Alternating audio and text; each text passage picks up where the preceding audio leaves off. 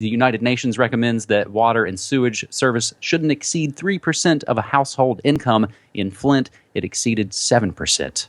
A Flint lawyer who sued to reduce the rates say they are high in part because city officials and state-appointed emergency managers have tapped water and sewer money for other needs. They've been using that money improperly for years to fund the general operations of the city, said Valdemar L. Washington, who's been battling the rate increases in court since 2012. So this battle has been going on for many, many years, even though we just found out about the poison very recently. The city's sewer fund had a balance of $36 million in 2006, but was running a $23 million deficit by 2012. Hey, guess what? The city didn't respond to requests for comment on the lawsuit claims. Now, James, we've not really covered this story, but we have been covering water wars for many, many years. Your thoughts on the Detroit-Flint crisis? Well, let's just add a little bit of context to this. Don't forget that last month we had this headline: leaked emails, government officials mocked Flint residents who complained about water. So not only were they knowingly giving them, fudging the lead levels in the tests that they were doing, they were then mocking the actual residents of Flint for the fact that they were poisoning them. Wonderful stuff. Beautiful stuff. So let's just put on our imaginary thinking cap. Let's imagine there's a company, Cadbury or whatever, that is secretly, either purposefully or just by accident, are poisoning people through their candy bars or whatever. I mean, more so than usual. There's actual, some toxic poisonous substance going in there. And then it gets discovered, and then these emails, internal corporate emails, come out showing that they were mocking the people who were eating this toxic nonsense. What do you think would happen to that company? What do you think people would do in response to that? Would they continue to buy those candy bars? I'm thinking they wouldn't. I'm thinking that company would suffer the economic consequences and go bankrupt and face a bajillion lawsuits, which would, completely dissolve anything that they had left of any holdings that they had. So what happens when a city government is the one that's poisoning their citizens and feeding them garbage and mocking them behind their back? Absolutely none. A few people, of course, are going to, have their heads on the chopping block, and they're going to get fired. But the city government isn't going to go under. People can't get up and take their patronage elsewhere. They're helpless in all of this because what are you going to do? Government has a monopoly, and they have to have a monopoly over services like these because, well, if the government angels aren't watching over these things, who's gonna be in charge of it? So, if this isn't a case for anarchism, I don't know what is. James, you reminded me, talking there, actually, a story that broke today that I mentioned on my morning show this morning is Johnson & Johnson just got hit with a $70 million verdict for knowingly lying to people about their shower-to-shower and baby powder stuff, talcum powder-based, causes cancer. They were actually charged and found guilty of conspiracy. And anyone who continues to buy their crap at this point, it's up on them. That's your problem if you continue to support companies that do crap like that. Mm-hmm. So, James, we've got the PDF link so people, at least here in the States, can see how their own city stacks up. It's the state of public water in the United States. On MediaMonarchy.com, I've got 7 years' worth of stories about pharmaceuticals in the water, weed killer in the water, radioactive water, and I'll include that link to just the archives on MediaMonarchy.com. And I've worked with some of the people from Food and Water Watch right here in Portland, where we successfully kept fluoride out of the water a couple of years ago, but not so much Nestle out of the everywhere else. Our second story this week on New World Next Week, we go abroad, where John Kerry says, hey, if the ceasefire fails, partition of Syria is plan B. And this comes via an article by Jason Ditz on antiwar.com. Speaking to the Senate Foreign Relations Committee, that is, yesterday, February 23rd, as I come to you, Secretary of State John Kerry suggested the latest push for a ceasefire in Syria could amount to the last chance for one, and suggested that the U.S. would see a partition of the country as plan B. Kerry didn't offer any details on how this would work, of course, but that fact that the U.S. is mentioning partition at all is a huge step, as the U.S. has fiercely resisted similar considerations in neighboring Iraq, which itself is facing a near-identical war with many of the same players. Kerry said if the ceasefire didn't go into place, it would soon be too late to allow Syria to remain whole. Too big to fail? I don't know. and that the partition of the country could form an eventual solution to the civil war, which has raged for the past 5 years. Though a de facto partition has existed in Syria for months now, with fighting along the margins, it's unfathomable but that the international community could recognize it as a de jure, or lawful, rather, separation, so long as ISIS controls around half of the country and al-Qaeda's Nusra Front has its own contiguous statelet in the north. Though partition is meant to suggest a split on government/rebel lines, the reality is the rebels don't hold enough territory to be a country, and the partition would amount to a recognition of the ISIS caliphate as a state of its own.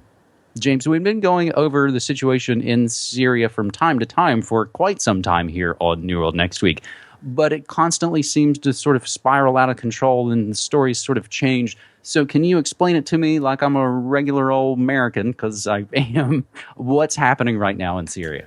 Well, let me read this interesting op-ed that was just a piece of this op-ed that was published last week. It says, the dissolution of Syria and Iraq later on into ethnically or religiously unique areas, such as in Lebanon, is Israel's primary target on the Eastern Front in the long run, while the dissolution of the military power of those states serves as the primary short-term target. Syria will fall apart, in accordance with its ethnic and religious structure, into several states, such as in present-day Lebanon, so that there will be a Shiite Alawi state along its coast, a Sunni state in the Aleppo area, another Sunni state in Damascus hostile to its northern neighbor, and the Druzes who will set up a state, maybe even in our Golan, and certainly in the Hauran in northern Jordan. This state of affairs will be the guarantee for peace and security in the area in the long run, and that aim is already within our reach today. Oh wait, sorry, that wasn't published last week. That wasn't an op-ed. That was published in 1982. It's called the Oded Yunon Plan, or also known as the Zionist Plan for the Middle East. Look it up, guys. This has been on the drawing board for decades. This is admitted Israel foreign policy strategy to break up Syria, to break up Iraq. Iraq, mission accomplished. They're already divided basically into three different states, and Syria's well on its way to being divided right now, and now they're coming out and saying plan B is to break up the country. Who would have thought it, except people who actually read these foreign policy documents decades ago? So mission accomplished. Everything's going A-OK and according to plan to the Zionists and to the United States, and to, of course, the benefit of the Saudis and Qataris and all of those people who are also going to be benefiting from the breakup of Syria, except for, the millions of people in Syria. I mean, they're screwed. But other than that, I mean, everything's going according to plan. This is essentially John Kerry's lot, isn't it? I think we've talked about this from time to time. Throughout his career, he's brought in at the appropriate times to sort of broker a common sense solution to whether it's killing people in Vietnam or banks in BCCI and Iran-Contra, or seemingly coming in to sort of help Obama's second term. Like, oh man, we're really falling apart. Let's get John the Fixer Kerry in here. So he's just, working overtime, flying all over the place. Hey, guess what else Kerry's been up to? Meeting with Hollywood execs to pitch ISIS propaganda ideas. That's right, from the CIA cutout creators of Zero Dark 30, coming soon to a theater near you. And that story I covered last Friday on, again, I keep mentioning the morning show, James, because I find in a lot of ways I haven't been doing a regular show. So now sort of being back and doing a regular show, again, it's like, hey, I covered that. Hey, we've talked about this. Hey, we've gone through a lot of these stories and we've able to sort of lay out, I think, hopefully, what's coming. And again, we're not fortune tellers or seeing the future or anything. We've just kind of been paying attention. So our third and final story this week, James, is about a really real and confirmed hoaxing going on. It's Truman Show USA, as concerned citizens at town hall meetings exposed as paid actors. This was submitted to us on Twitter at MumNRZ, and it comes from a post written back in the summer of 2013 originally on Liberty Blitzkrieg. They had an article called Protesters for Hire. For a few $1,000s, we'll buy you a small entourage, where they wrote then, here's a bothersome trend that seems quite fitting for the smoke and mirrors-driven, celebrity-obsessed hologram society that America has become. A company known as Crowds on Demand is actually in the business of providing fake protesters for causes, fake entourages for wannabe celebrities, and seemingly fake supporters for unpopular corporate activities. Southern California's KNBC TV has a full video on a news story that kind of exposed this whole thing, as one paid actor kind of came back to the stage, if you will, to basically say, I was paid $100 to say that stuff. So we'll include links to that, James, just like everything else we kind of say and play on these shows. It'll be included in the show notes.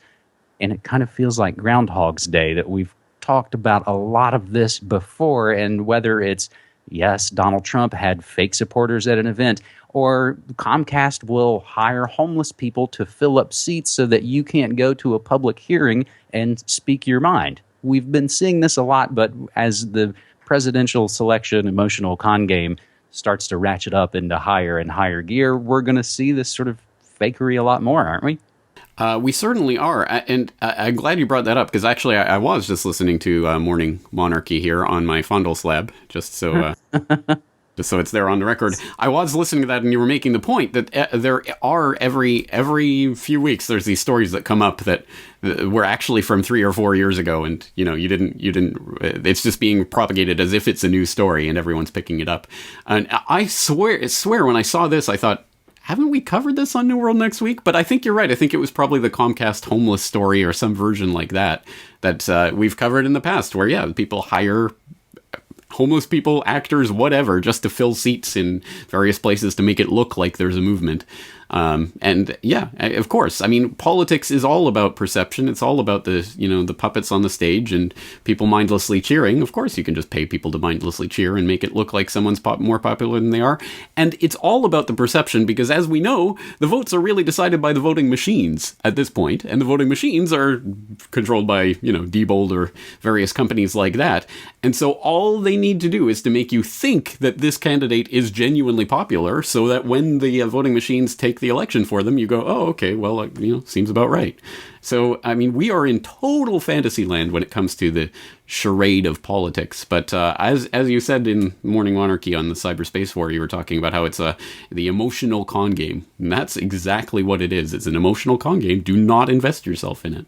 Well, and I remember, I don't know that I've explained that here. I got that phrase many, many years ago. There was a guy who used to do work with Webster Tarpley. His name was Daniel Abramson, and he had a news site and a regular podcast called False Flag News.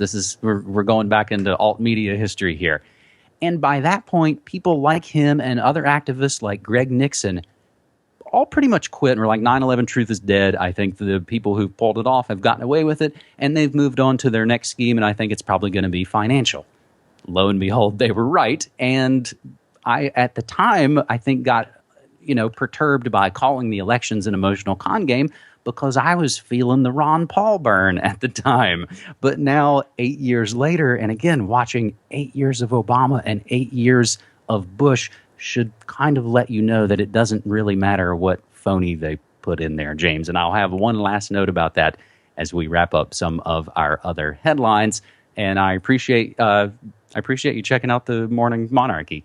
So speaking of a Brave New World, James, I got a couple of other deprogramming notes from the Media Monarchy Kingdom, if you'll be so kind. I've got a new episode of Navigating Netflix where we talk about the Hunger Games series with Eric Mueller, who's just one of the members of the Tragedy and Hope community. And the latest episode of Good News Next Week, When Bread Makes Beer, Food Waste is Toast. And we talk about some of the other ways that we are winning. And that may be, James, why we've been lacking some good news here on New World Next Week. I've been taking it all for Good News Next Week because there's not a whole hell of a lot of it to spread around, actually. Any good news you know of?